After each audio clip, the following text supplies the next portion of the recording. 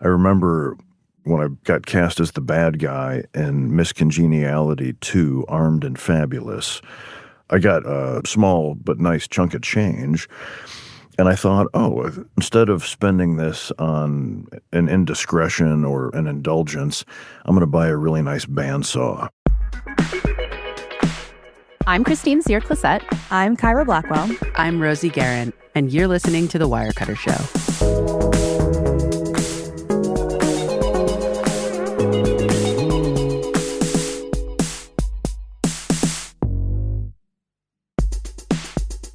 Hi, guys. Hey there.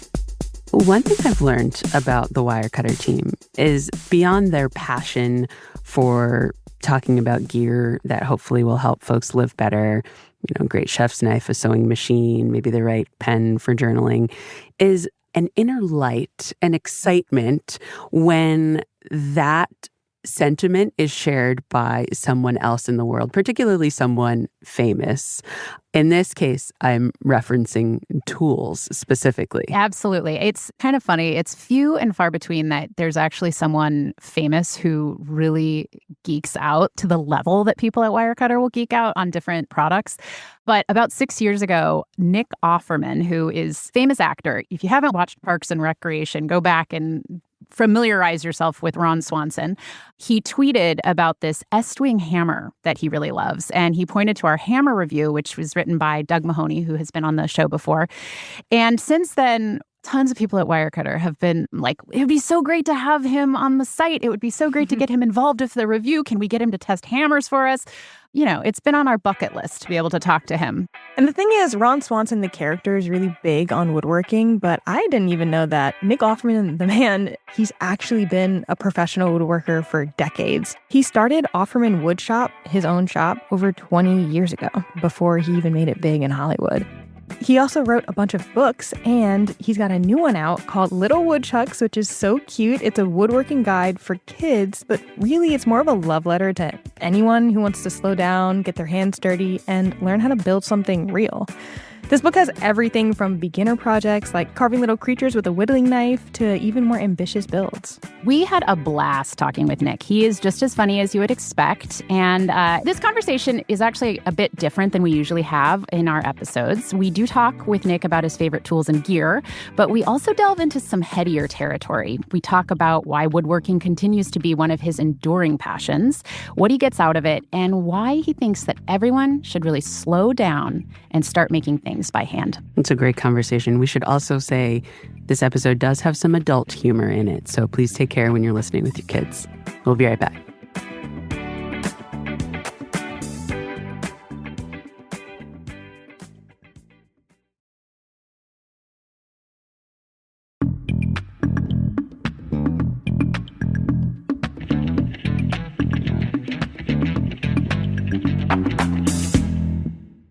Welcome back. With us now is Nick Offerman, who you probably know as Ron Swanson on Parks and Recreation.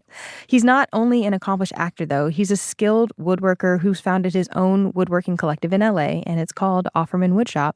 He's also a published author of now 6 incredible books, his latest being Little Woodchucks, which released on October 14th. Nick, welcome to the show. Thank you. Thank you for that generous introduction.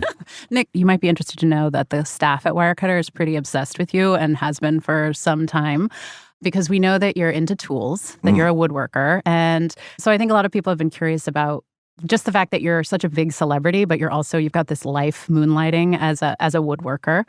What got you into woodworking in the first place? Was this something that you did as a kid? Is it something that you picked up as an adult? How did it start?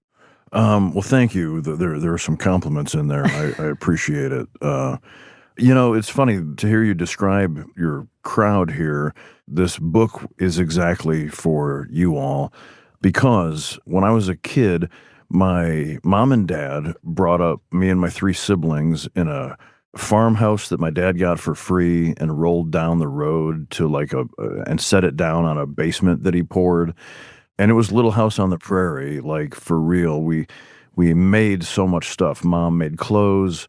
She and Dad both come from farm families a few miles in either direction. So I grew up surrounded by family members who make things of all sorts. And the farmers, they have to be amazing mechanics and carpenters and painters and cooks and tailors and cobblers and you name it, because everything has to be incredibly frugal to survive year in and year out. And so growing up, it was just part of my hero worship of adults. Like when I grow up, when I come into my manhood, it means I'll be able to back a wagon of corn into the crib, and it means I'll be able to hammer a nail in one blow. I'll be able to use the chainsaw and so forth. And so I just always had a fascination with tools, with the implements that we clever monkeys have come up with to affect change on the raw materials of life to make our lives better. And my dad was an amateur furniture maker. He made some really cool pieces of furniture. And so, all of those influences combined so that when I was strong enough as a teenager to get a labor job, I was drawn to framing houses, to swinging a hammer. And so at age, I think 15 or 16, I got my first job framing houses for these brothers in town. And to just suddenly be paid a man's wage for climbing a ladder, having an adventure up on a third-story roof, cutting rafters and hammering into place, just felt super heroic. And so I just always loved making some of my livelihood with tools, even though then I went to theater school. I wanted to become an actor. So while I was there, there was this guy named Ken Egan running this beautiful scene shop at this facility at the University of Illinois called the Cranner Center, and this guy hired me to work in the scene shop. And so that was my first shop. Suddenly, my mind exploded where I learned what these big wood shaping machines were, a planer and a joiner and a dust collection system, and how to run a great wood shop. And so even as I became a young adult as a theater actor, that was my origin story as a woodworker, where I was I can shape things with wood tools. I will thrive. Well, I want to know that the new book is called Little Woodchucks, and it's really about projects to do with kids. In the intro to the book, you talk a lot about how important it is to know how to make things with your hands.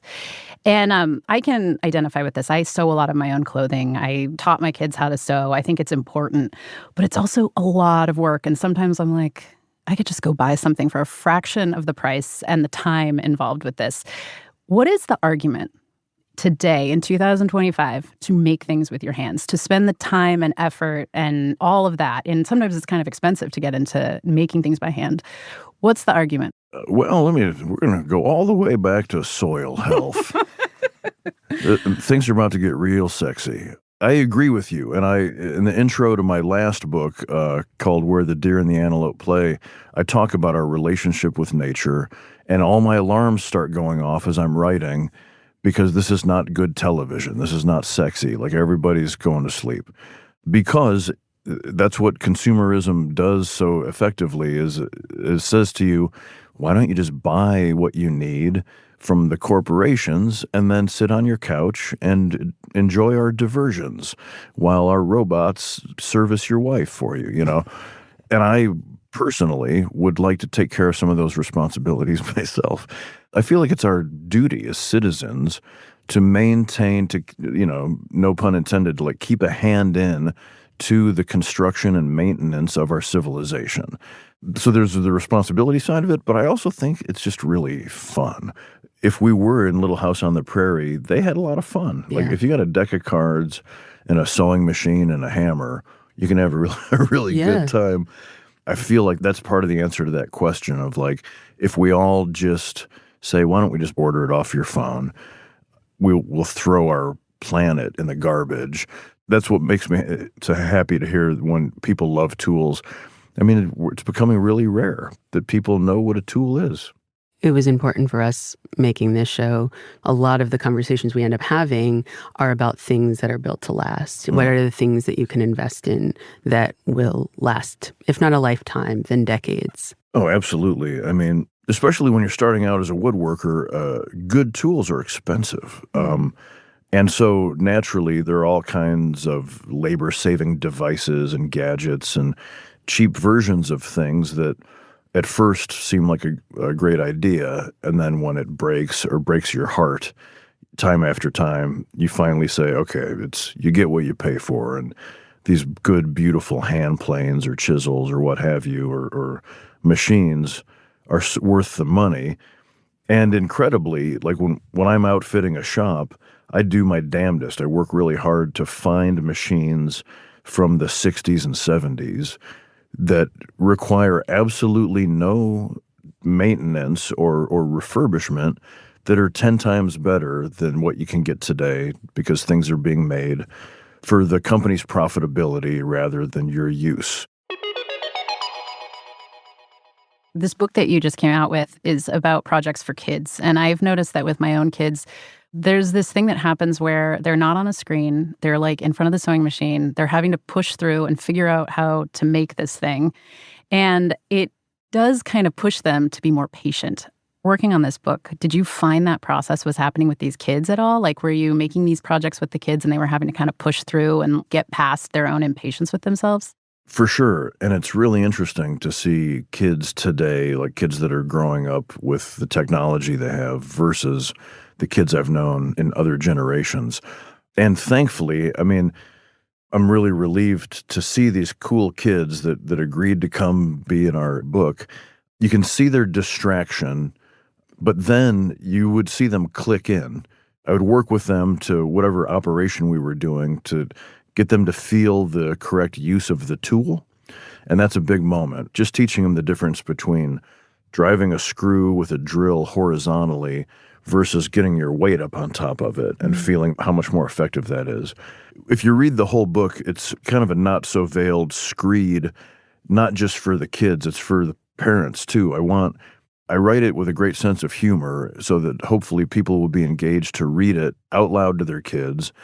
So I'm hoping to awaken this in everybody, because I think there are a lot of big woodchucks as well these days who also never use tools. And so it's a lot more fun and a lot easier to do it together. I had a question because it still surprises me, and I know you wrote this in your book. You will still make mistakes. You, Nick Offerman, who's been doing this for years, and that's both inspiring and a little bit intimidating, I think, to a lot of people, myself included. I'm not handy. I can't build anything.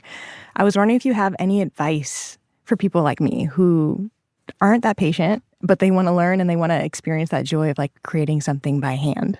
Well, yeah, I mean, I think it's a great life lesson because, I mean, I learned early on in everything I do that if I make clumsiness part of my brand, then when I fall on my face, they laugh and they give me money. And I say, that's what I do. Yeah, mission accomplished. I hope you enjoyed that. But I mean, with woodworking, it's a great example. Like one of the fun things about making a table or anything in the shop is it's a puzzle. It's solving a series of problems and understanding that you have to lay those problems out in the right order. You can't cut this before you cut this. And if you look through the steps of one of the projects in my book, I think it's easy to understand. If you don't maintain focus, it's just easy to make brain fart, like simple errors. But I love it. It makes me, I rarely get mad at myself or at my family because I understand if somebody makes a mistake, I'm like, sure, that's what we do. We're humans. Like, we're built to make mistakes. No one ever does anything perfectly on the first try. And so I make less mistakes the older I get, knock on wood, to a certain point. And then I guess it starts going back the other direction. My wife's uncle was a luthier. He made guitars, and he made her a guitar.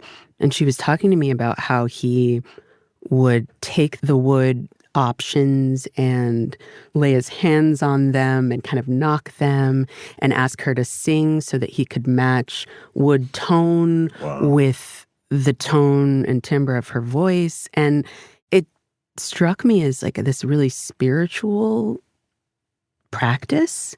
And so I guess I'm wondering for you, religion is personal, but is there kind of a spiritual or meditative aspect to the way that you work with wood and the way that you work with your hands?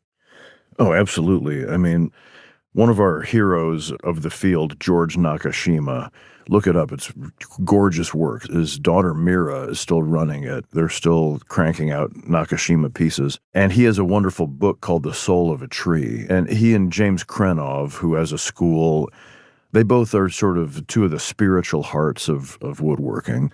And there is that elfin sensibility of like, if you're making a guitar or a dining room table, you meet your clients and you're making the board on which they're going to have their family dinners, hopefully for generations. And so that is holy. I mean, that really feels like a wonderful and touching responsibility. In The Soul of a Tree, George talks about, the wood will tell you sort of what it wants to be or how thick or thin. You're trying to strive for this meditative sensibility. Sometimes there are noisy tools. Sometimes things are violent or you're bashing things, But then there are moments where you're planing wood or shaving it or finishing it, where you can have music playing or the tools themselves are making a kind of music where it is quite spiritual.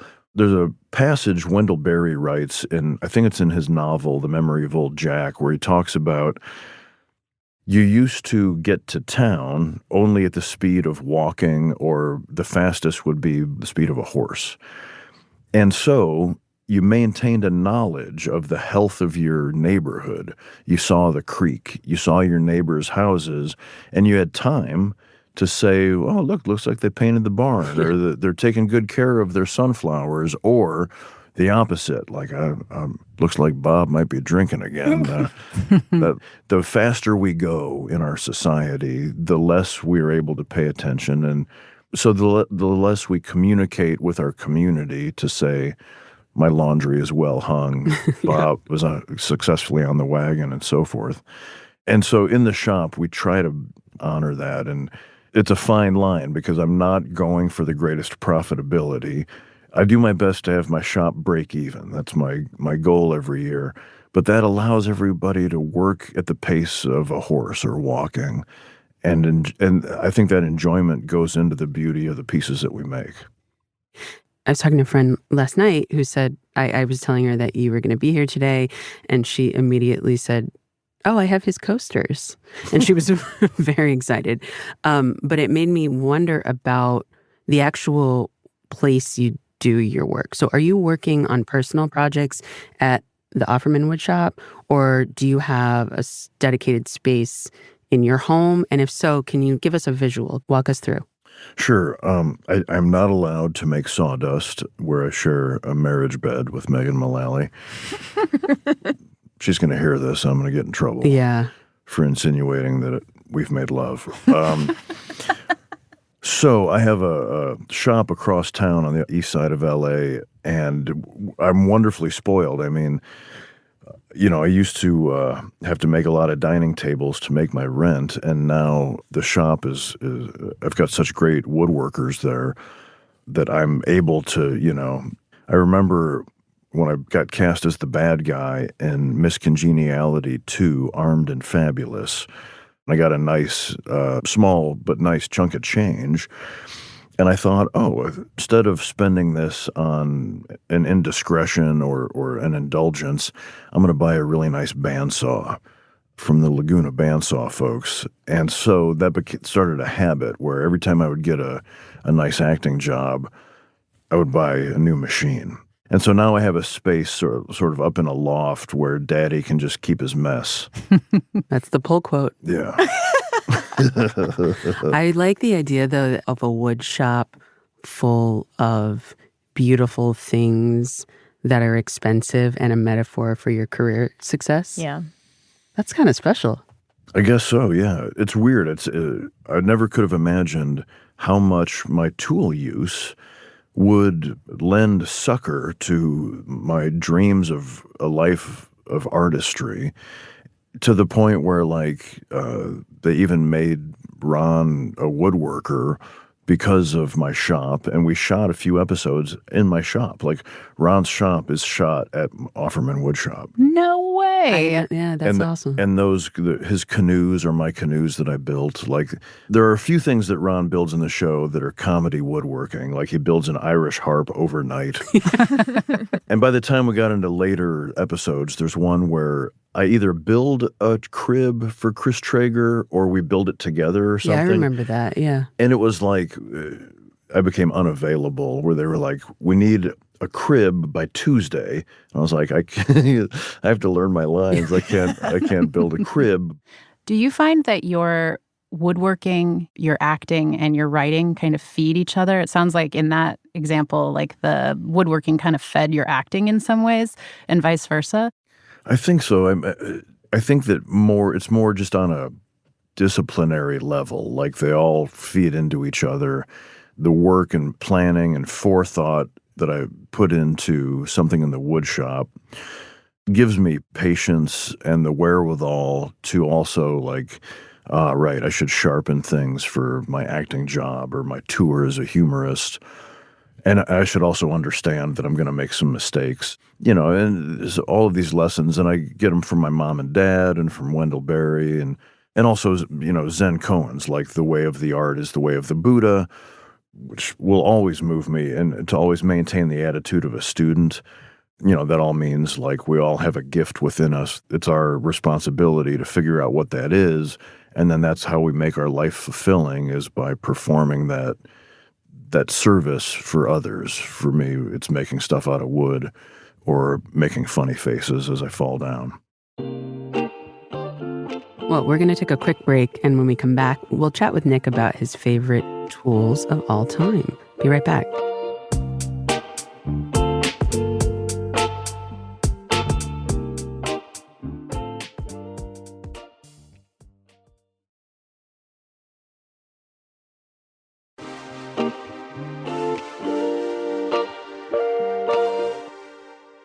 Welcome back. So, Nick, this is the Wirecutter Show. We have to talk about the tools that you use. So, hypothetically, let's say someone really wants to get into tools, but they don't even know where to start.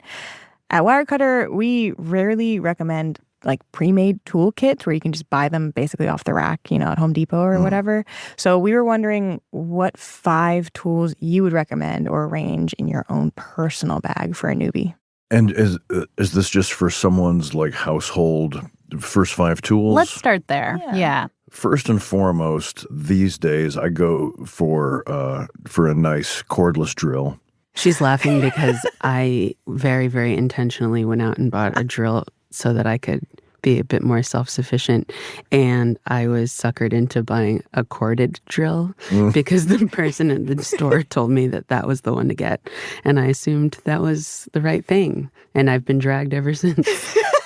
Well, I will not shame you. Thank you, Nick. You can get a lot done with a corded drill, especially if you have an extension cord. Yeah, or you're just close to the plug, right? That's right. It's absurd. It just cracks me up thinking that you have to plug it in to do anything in your house. It's absurd. It's funny to me that you think that's funny, where I'm like, well, of course. That's how we did it for a really long time. I know, it just seems like she can get a cordless drill. I get it. I mean, we used to make a phone call, you used to have to move your body to a place where a phone was on a wall. Before my time, Yeah. Nick. And then you had to stay there the whole time. Can't imagine. Yeah, you couldn't leave the phone. But they're incredible because especially nowadays you can get a kit with all the different bits and a nice set of drill bits. So you can get a lot done with those. That's one. Number 2 is I also would get a nice manual screwdriver with interchangeable bits because there are a lot of applications that a drill doesn't fit into or that a drill is maybe too much for. Number 3 is a nice socket set. What's that? It's a set of little cylinders that fit on nuts and bolts, hexagonal nuts and bolts. Yeah. And it comes with a ratchet. So, Got it. So that in combination with a wrench set or a crescent wrench that's an adjustable wrench, that kind of equips you to put together and take apart all nuts and bolts that are in the hexagonal family, which used to be kind of the only game in town. Nowadays, they have all kinds of different fasteners that complicates things, where if you have to have more than 2 or 3 kinds of screw tip, especially if you're taking things apart, and you have to figure out what tip they use. They have square tips and Phillips tips. So this is like comparable to like when iPhone kept changing the charging ports on everything, and now like we're all going back to like universal, and we could have just done that forever How ago. could they? Yeah, I mean, how is that even? I don't like that about capitalism. That even that the nations are allowed to go imperial or metric. I'm like, come on, guys, we're sharing this planet. Get along, yeah. Yeah. Okay, what are we on, 3 or 4? Well, if the socket set is 3, and I'm going to say a set of wrenches, and that includes your box end, your open end, and I'm going to include a crescent wrench in that as a set of wrenches. I think you're cheating. You're including sets. I don't call it cheating. You got to have a hammer. You have to have a persuader, and then a saw. I mean, those. But I've gone over 5. You like an Estwing? Is that what you like? I do. I mean, in my day, Estwing really just nailed they were like the Nike of the available hammer brands. They feel great. They look great. Is there something in your workshop that is kind of an unsung hero? It's not the obvious tool. It's not the thing that everybody has in their toolbox, but it's something that you think deserves more attention than it gets. The thing that springs to mind is there's a company in Maine called Lee Nielsen Hand Planes. They make hand planes and chisels and a few other implements of fine woodworking. Their tools are just exquisite. There's a little hand plane that's all in brass that fits neatly into like your apron pocket. So that's what springs to mind is invariably, and my co-author of this book, Lee, who ran my shop for 10 years, we were just talking about how it's like your dependable Swiss Army knife, where there are so many other shavings or adjustments that you want to make to a piece, but you've always got that little Lee Nielsen plane.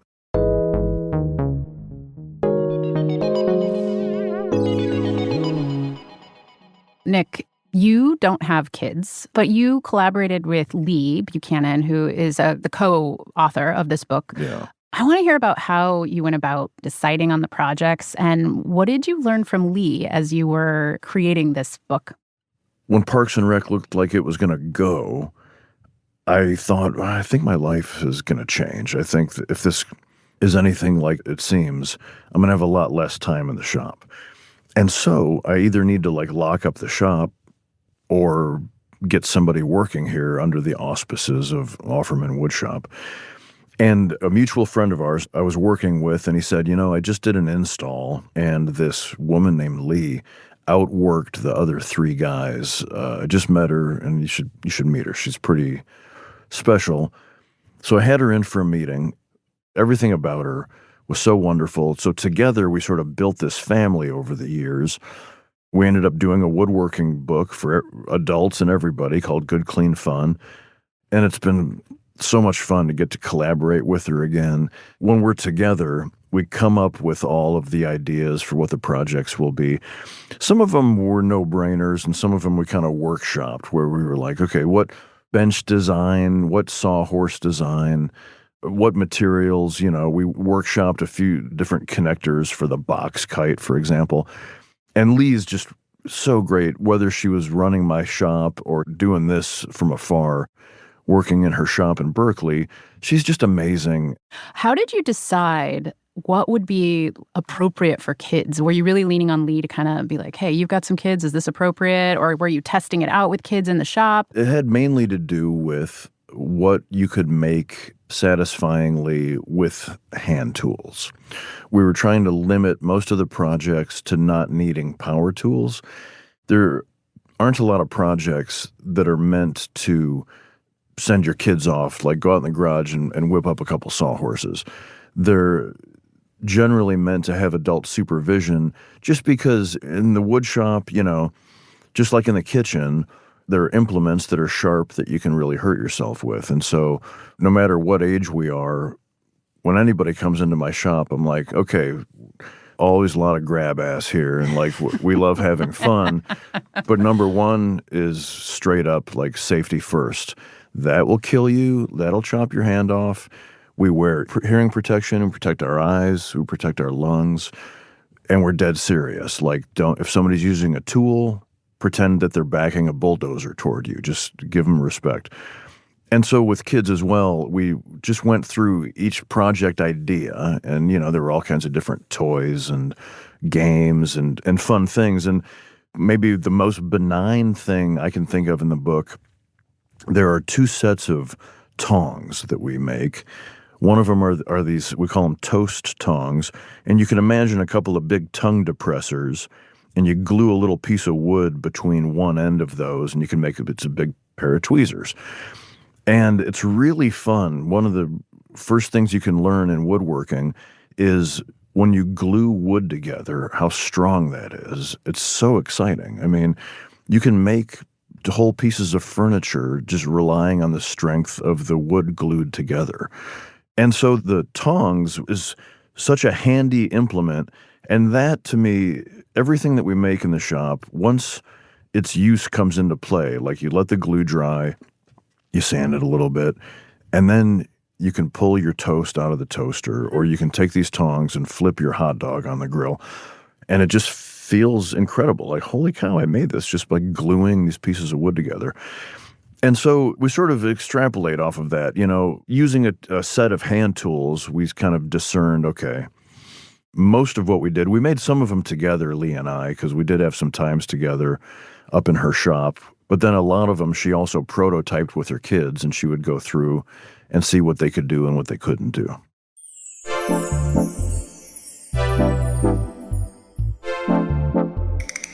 Nick, we usually ask all of our guests one final question, which is, what's the last thing you bought that you've really loved? But we want to ask you, what's the last thing that you built that you really loved? That is a great question.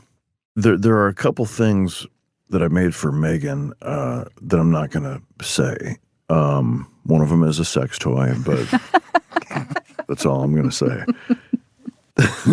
And if you are making a sex toy, just make sure, if you think you've sanded it enough, sand it just a little more. The last thing I made that I really loved are this batch of ukuleles, which I've been working on bit by bit for years. When you play an instrument that you've made and people don't leave, it feels pretty incredible. One day I will wield that in concert, and then I can retire.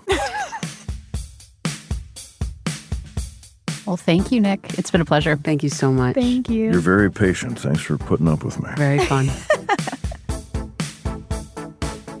Nick Offerman's new book with Lee Buchanan is called Little Woodchucks, Offerman Woodshop's Guide to Tools and Tomfoolery. It's available now wherever you like to buy books. Thank you so much for listening, and we'll see you next time. The Wirecutter Show is executive produced by Rosie Guerin and produced by Abigail Keel. Engineering support from Maddie Mazziello and Nick Pittman. Today's episode was mixed by Katherine Anderson. Original music by Dan Powell, Marian Lozano, Rowan Nemisto, Katherine Anderson, and Diane Wong. Cliff Levy is Wirecutter's deputy publisher and general manager. Ben Fruman is Wirecutter's editor-in-chief. I'm Christine Cyr-Clisette. I'm Kyra Blackwell. And I'm Rosie Guerin. Thanks for listening.